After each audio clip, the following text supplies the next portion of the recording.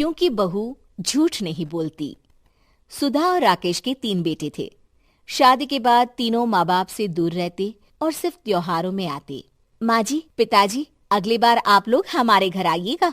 अरे नहीं बहू, सब यही आ जाते हैं तो घर खिला खिला लगता है। हाँ बहू, तू हमेशा बुलाती है तो जरूर आएंगे तेरे पास भी। हाँ हाँ, दीदी का घर बड़ा जो है, सब कुछ आपने शादी के बाद दीदी को ही तो दे दिया था। हमें भी दिया होता तो हम भी बड़ा घर लेते। क्यों सुनील? अरे नहीं नहीं, पापा ने सबको एक बराबर ही दिया है। छोटी बहू, क्या चाहिए तुम्हें, बोलो।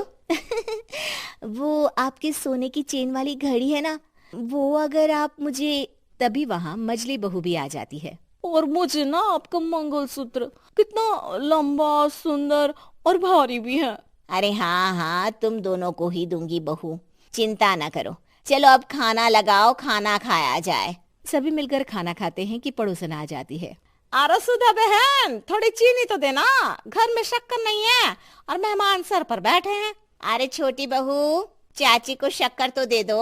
अरे मजली दीदी, आप दे दीजिए ना, मैं यहाँ कम आती हूँ तो मुझे पता ही नहीं है कि सासू माँ सारी चीजें कहाँ रखती है। और तुम, मैं कौन सा यहाँ रोज शक्कर फाँकने के लिए आती हूँ, मुझे भी नहीं है पता। तभी बड़ी बहू हाथ में चीनी की कटोरी लेकर आती है। चाची, शक्कर आप लोगों का बड़ा सहारा है माँ जी और पिताजी को, वरना हम लोग तो यहाँ रहते ही नहीं। आप जैसे पड़ोसी हैं तो हम निश्चिंत है। और जीती रहे बहू, आप तो ये घर पड़ोस कम परिवार ज्यादा लगता है। सुधा अपनी बड़ी बहू को देखकर बहुत खुश रहा करती थी। वो उससे अक्सर घंटों बात भी किया करती, लेकिन दोनों दूसरी बहुओं का भी वो समझती थी कि शायद छोटी है, वक्त आने पर संभल जाएंगी। समय आ जाता है जब सभी को वापस जाना होता है। माँ जी, हम लोगों की फ्लाइट पहले है, हमें इजाजत दे। वो सास के गले लगकर चली जाती है। थोड़ी देर बाद छोटी बहू कहती है, माँ जी, मैं ना ये सोफे के कवर और चादरें ले जा रही हूँ, यहाँ तो ऐसी ही पड़ी रहेंगी। हाँ हाँ बहू, ले जा, और कुछ चाहिए तो बोल। और तो चाहिए बहुत कुछ, पर चलिए कोई बात नहीं, अगली बार ले जाऊंगी मैं।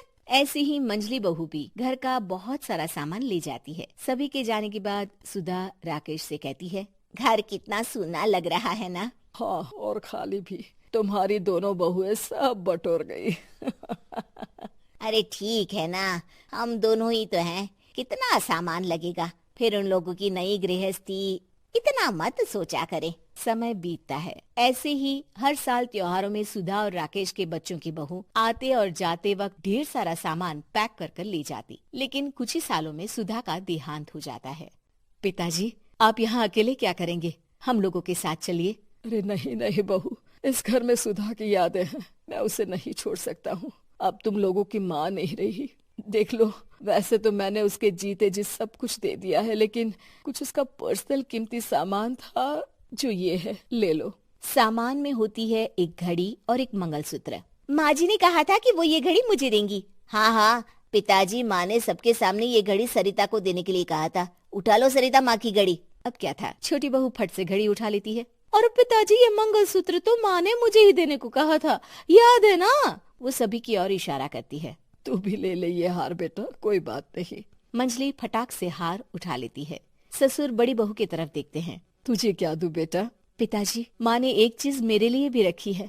सभी के कान खड़े हो जाते हैं कि आखिर सास ने क्या रखा होगा बड़ी के लिए। अरे माँ जी तो दीदी से प्यार भी ज्यादा ही करती थी, हमेशा उनसे बात किया करती। जरूर कोई बड़ी और अपनी प्रिय चीज दी होगी दीदी को।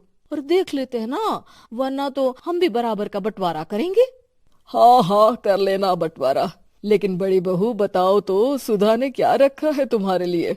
अभी तो हम लोग यही हैं पापा जी, जब जाने लगेंगे तो बता दूंगी। बड़ी बहू के मुंह से ये बात सुनकर बाकी दो बहुएं सोचने लगती हैं कि आखिर क्या है जो दीदी को सासू माँ देकर गई है। दीदी, ऐसा तो नहीं ना कि पूरे घर का आधा हिस्सा माँ बड़ी भाभी को देकर गई हो? तभी वहाँ ससुर आ जाते हैं। नहीं नहीं, ऐसा कुछ नहीं है। मकान तो तुम तीनों का बराबर से है। देखो, बड़ी बहू से तुम्हारी सास ज्यादा जुड़ी थी, न जाने क्यों घंटों बात किया करती थी। पता नहीं क्या देकर गई है उसे। और ससुर जी, आपको क्या पता, चालाकी से पूरे घर के पेपर में साइन करवा लिए हो, या फिर कोई छुपा गहना।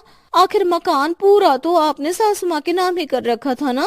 अब घर में ये सस्पेंस बन जाता है कि आखिर बड़ी बहू क्या लेकर जाएगी। फिर वो दिन भी आ जाता है जब बड़ी बहू के जाने का समय हो जाता है। बेटा, परसों तुम चली जाओगी, बताया नहीं, माँ ने तुम्हें क्या दिया? घड़ी और हार जो बेशकीमती था और तुम्हारी सास को सबसे ज्यादा प्रिय था, उसका तो बंटवारा भी हो चुका है। अब तुम्हारी बारी। हाँ पिताजी, आज मैं ये बात बताने ही वाली थी। माँ ने मुझे उससे भी बेशकीमती चीज दी है और वो है आप। आपसे अधिक प्रिय उन्हें कुछ नहीं था। माँ चाहती थी कि आप मेरे साथ रहें। चलिए पिताजी। बेटा, मेरे पास तो कोई पेंशन भी नहीं है और ना ही कोई प्रॉपर्टी।